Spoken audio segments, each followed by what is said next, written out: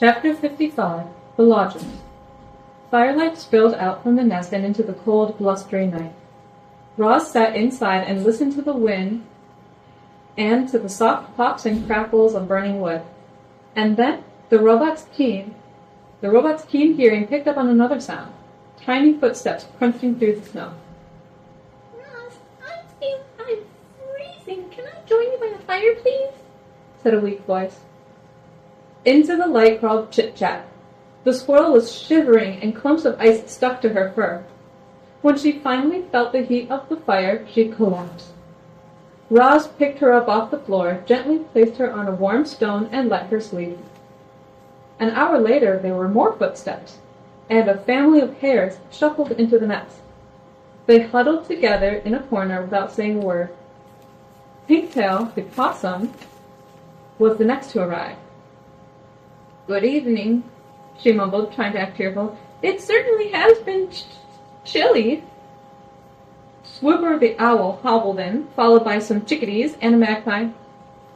Fink knew a good thing when she saw it, and the fox lay down right by the fire. Then came Digdown the groundhog. The fuzzy bandits carried in an old turtle named Crag, who was in the worst shape of all. Creatures who should have been hibernating deep underground had been roused by that vicious weather. Only the healthiest animals with the warmest homes were safe.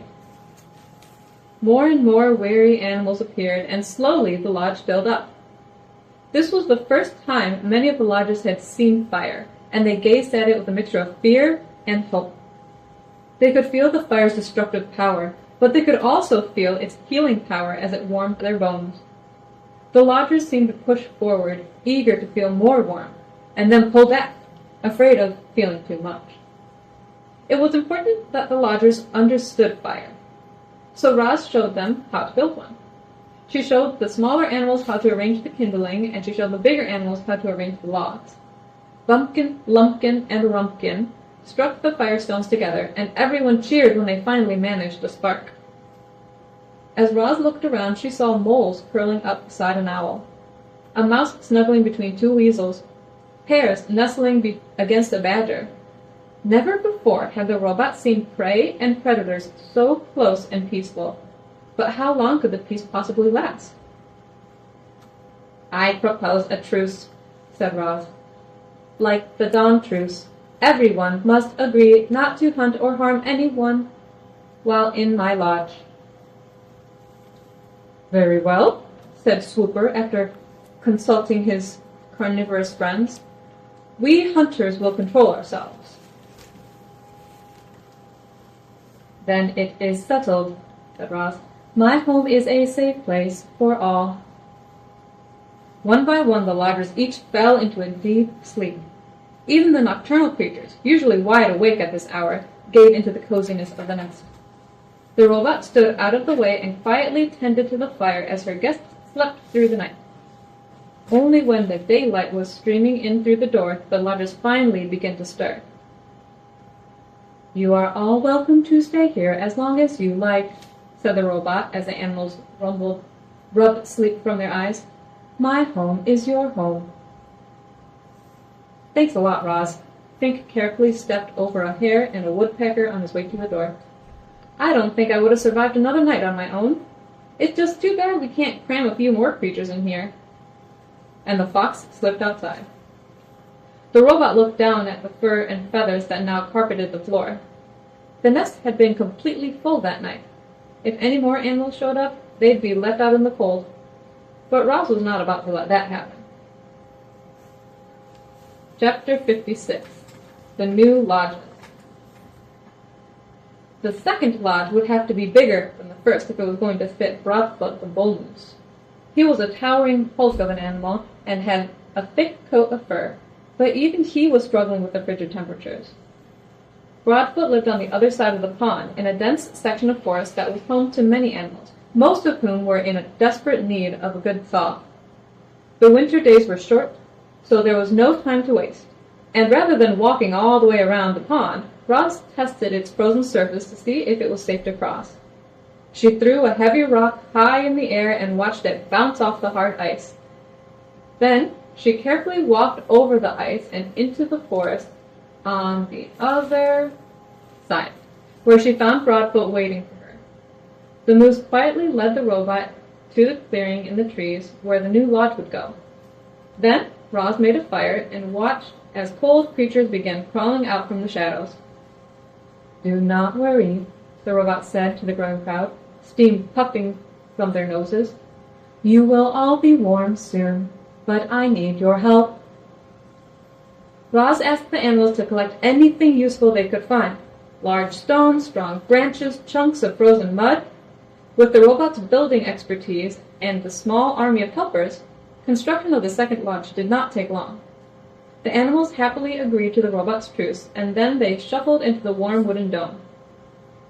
"If you keep the fire alive, it will keep you alive," explained Roz as she dropped another log onto the flames. "But be careful, fire can turn deadly in an instant." At dawn, heavy snow was falling again, and there was Roz setting out from the nest to build a third lodge. She trudged into the great meadow, where fierce winds had created enormous, sweeping snowdrifts. But she powered through and finished the job, and was soon beginning to work on a fourth lodge, and then a fifth. The island became dotted with lodges that all glowed warmly through the long winter nights, and inside each one, animals laughed and shared stories and cheered their good friend Roz. Chapter 57. The Fire. Strange sounds were echoing from the far side of the pond. What started as a low murmur gradually swelled to a chorus of terrified voices. There was an eerie glow in that part of the forest, and a thick plume of smoke began rising up from the snowy treetops. Roz charged across the ice and found the second lodge completely engulfed by a raging fire. Frightened animals were running in every direction, fleeing for their lives through the deep snow. "What happened?" shouted Roz as Broadfoot galloped wildly past. "We put too many logs in the fire pit," he said without stopping. "The flames climbed up to the ceiling." "My baby is still in there!" cried a mother hare, pointing at the burning lodge. "Somebody help, please!" Roz didn't hesitate. She plowed through the snow and ducked into the lodge. Flames and smoke were everywhere. A tall stack of logs blazed in the fire pit, and in the far corner a tiny ball of fur was shaking with fear. Crouching low, the robot wound her way beneath the smoke and around the flames and gently scooped up the young hare. "Do not worry," yelled Roz over the roar of the fire. "You are going to be okay." She turned to leave, but the doorway had started to crumble, so she shielded the hare with her body and smashed right through the walls of the lodge. Sizzling pieces of wood went flying as the robot and the hare burst outside into the soft snow. "Oh, darling, you're all right!" cried the mother hare, pulling her daughter close. "Thank you for saving my baby, Roz." Now that everyone was safely away, the robot turned her attention to putting out the fire. Her glowing eyes darted around as she computed a plan. Then, with all the strength in her legs, Roz launched herself high up into the snowy branches of the nearest pine tree. And a moment later, the tree was shaking violently, and heaps of snow were sliding from its branches and pouring onto the flames like an avalanche. Steam hissed up through the smothering mound of snow. The flames quickly died. The snow quickly melted, and within minutes, all that remained was a charred foundation of the lodge. Roz dropped down from the tree and waited as the frightened animals slowly returned. Then she said to them, "Would you like another lodge?" The animals looked at one another, unsure of what to do. Understandably, they were afraid of another fire breaking out, but they were far more afraid of the deadly cold. So they pulled together and worked with Roz and built a bigger, better lodge on top of the old one. It had a taller ceiling and a deeper fire pit. It was made with more rocks and less wood, and it had a supply of water for emergencies. But the most important safety feature of this rebuilt lodge were the lodgers themselves, who now had a whole new respect for fire.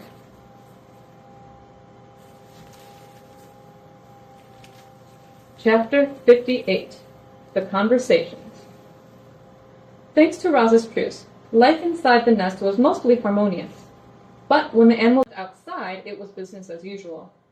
Sometimes a lodger wouldn't return. Sometimes a lodger would return in the belly of another lodger. As you can imagine, that made for some awkward moments. So when everyone was gathered around the fire, they tried to keep things pleasant by having conversations like these.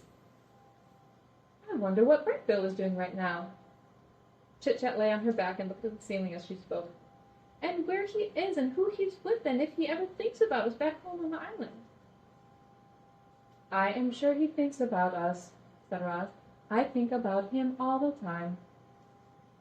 I like to imagine that the geese had a fun flight to the wintering grounds, and now Bright Bear is floating on a lovely lake, eating yummy food and making wonderful new friends, but hopefully they're not too wonderful, because I'd like to stay his best friend if possible.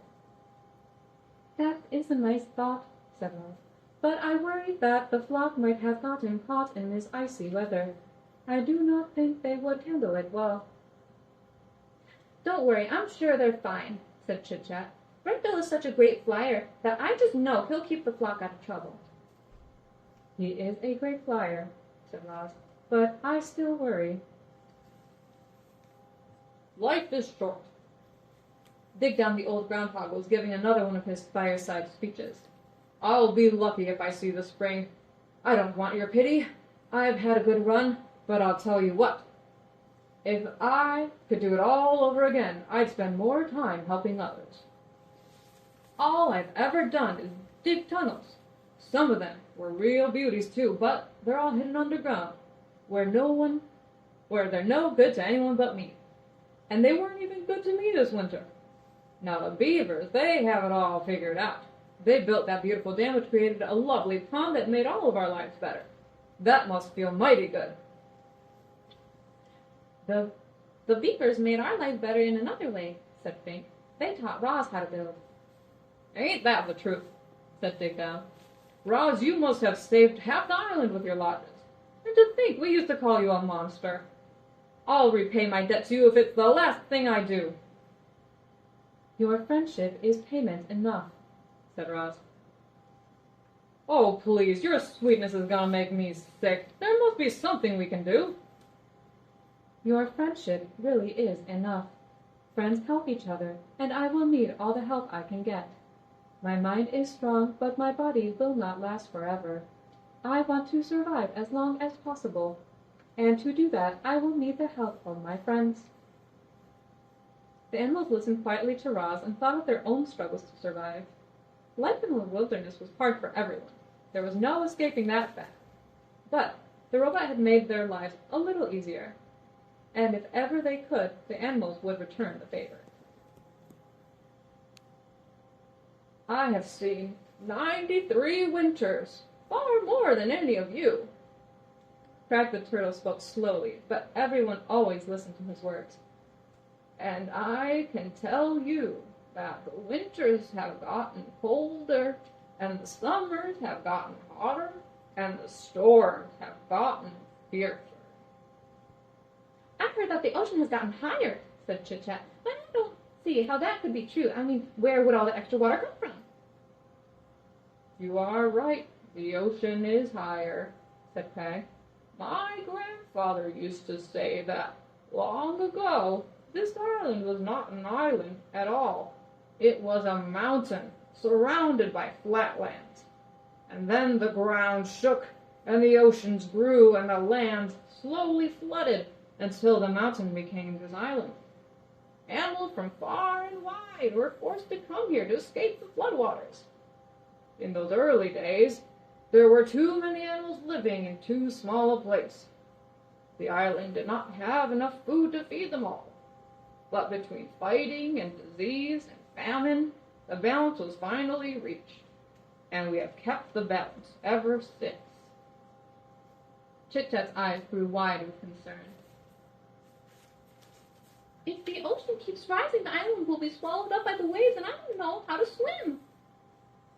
If the waves ever do swallow the island, it will not happen for a very long time, said Crag. By then, we'll all be long dead, even me. Everything has a purpose. It was Swooper's turn to lecture the lodgers. The sun is meant to give light. Plants are meant to grow.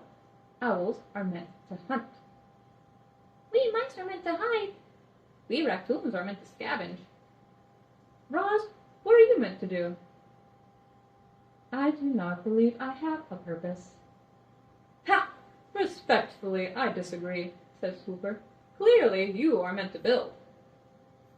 I think Roz is meant to grow gardens. Roz is definitely meant to care for Brightbill. Perhaps I am simply meant to help others.